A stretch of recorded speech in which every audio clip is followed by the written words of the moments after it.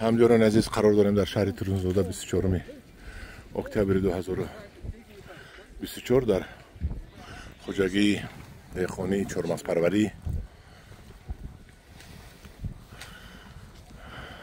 مروجانته من کوتالی برو اومدم کمتر دمم گرفت و این چهارمغز رو حوزش چینده سودن من ببینید دخترک ها کارشون همش چهارمغز چینی دخترک ها میشپن خالتا میکنن جوان مردو خالتا رو گرفته میکشن من پشت وای بله جوان مردو هست کاری وزبین رو جوان مردو کرده سودن چهارمغز چندلر رو جمع آوری کرده سودن چهارمغز چندلر یک از بهترین چهارمغزهای جهان می باشد با مزه سر و حاصل با آسانی یعنی خیلی از مغزش جدا میکنید از این چهارمغزها هر سال ما میبیاریم از ترکیه این نوع امریکایی است چندلر نامش چهارمغز بسیار قیمت می باشد این زمان کلاش 30-35 سومون موندن در این خوجگی ببینید خیلی بنوید ناز من جوان مردو چینده سودن دخترکو چینده سودن جوان مردو خالتا رو کشته سودن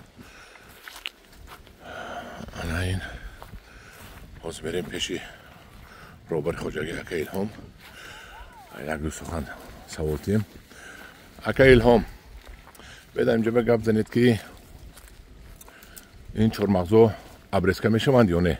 ابرسکه میشود. ابرسکه میشود؟ زمین ابرسکه میگه. کدام ماه؟ ماه نوامبر میشود. کنین نشوتیت گوجوش میبرید و برای چی؟ کدام مقصد خطی؟ هم دوره نیست منه.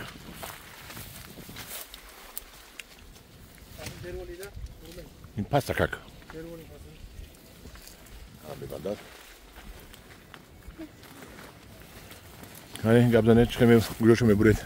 خب ما باز زمستان هر خیلی میبیاد. برای همین ما پیشگیری خنک نزدن ده ما زمین ابرسکه میکنیم. گوجوش چه؟ خب هر یک شاخه همین جوش میبریم. چند قطعه؟ 5 سانتیمتر 3 سانتیمتر هم میبریم.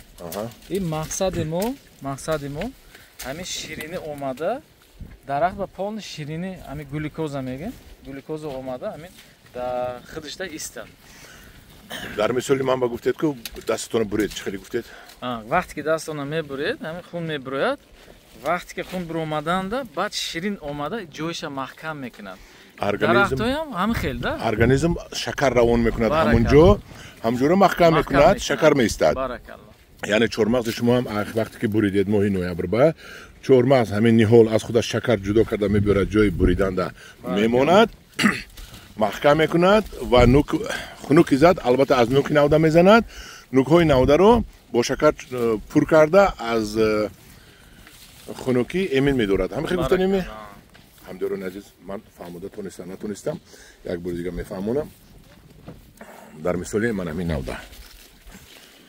همین نوده رو من همجا میبرن فقط بوغمی که پره میبید همون من این بوغم میبرن انا همجا میبرن و همین چهارمغز همینجا از بدن خود گلوکوز شکر روی میکند تو اینکه اینجا رو ما بریدیم جراحی کردیم یاره شد کن تو همین یاره رو محکم کند و این یاره رو محکم میکند همین نوکی نوده شکرش بسیار میشد گلوکوزش بسیار میشود خنکی که آمد از نوکی نوده زدنی شد نوکی نوده گلوکوز بسیار دارد خنکی رو نمیماند که با او تاثیر رساند درست گفتم این همجا درست من این نهال رو هم چینده سودن بینید که الهام جان در چند مراتبه میچینن این چهارمغز رو خب 3 مراتبه چیندن در کورای ما 2 مراتبه چینده استیم یک بار توزه کرده گرفتیم هوا کمتر خنک اومد برای هم 2 بار با اوجه همه چهارمغزو کندن بالا برای چی یک 2-3 مراتبه میچینید یک گوره بالاش نکفیدگی ما نمیگیریم ولی وای تیار نمیشود برای همین 2-3 مراتبه چیندن در کار کفیدگی ممکن که میغلطد اگر غلطدگی وای چریک میشود رسوا میشود چریک میشود و غش میشود من هم دیارون عزیز من اینجا جمع کرده شدم من اینجا خالتا میکنم الهام جان با چی نازوکی دارد این چهارمغز پروری آب دادن در کار او دودن در کار ریزو دودن در کار ریزو دودن در کار او دودن در کار یعنی که برکت میتیاد برکت میتیاد میتیاد برکت همداران عزیز اگر این کار به برکت میشد بچه‌ها در 30 گکتار ببینید همین دشت و دامن همه چهارمغزور است ببینید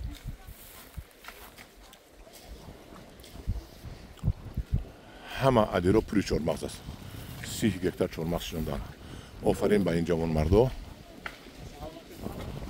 الهام جان دست شما درد نبیند با شما خدا برکت زیاد در کارتون موفقیت همدیاران عزیز با ما مراجعت کنید از نهال این چهارمغز ها میبیاریم با شما تا شما باغ‌های چهارمغز آباد کنید رحمت